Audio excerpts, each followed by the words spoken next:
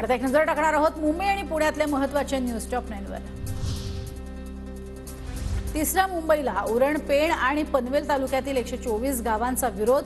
16,843 ग्रामस्थांकडून विरोध दर्शवत कोकण भवनाला हरकती दाखल।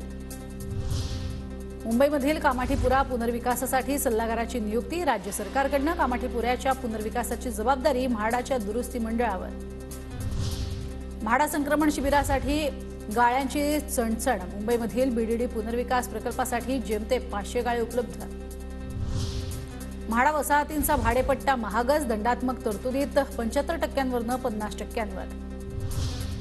पुणेकरांकडून पाणीपट्टीची वेळेत वसुली, पण पाणी वेळेवर नाही। पाणी पुरवठ्याच्या तक्रारींबाबत पालिकेकडे ढिगभर तक्रारी अर्ज।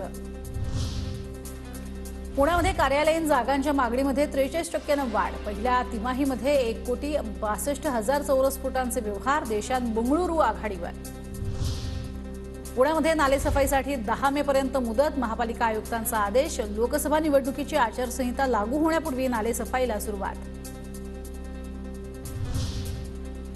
पुणे शहरामध्ये सायबर चोरट्यांचा धुमाकूळ। ऑनलाईन फसवणूक करत दिवसभरात 1 कोटींचा गंडा। पुणे पोलिसांचं नागरिकांना सतर्कतेचं आवाहन।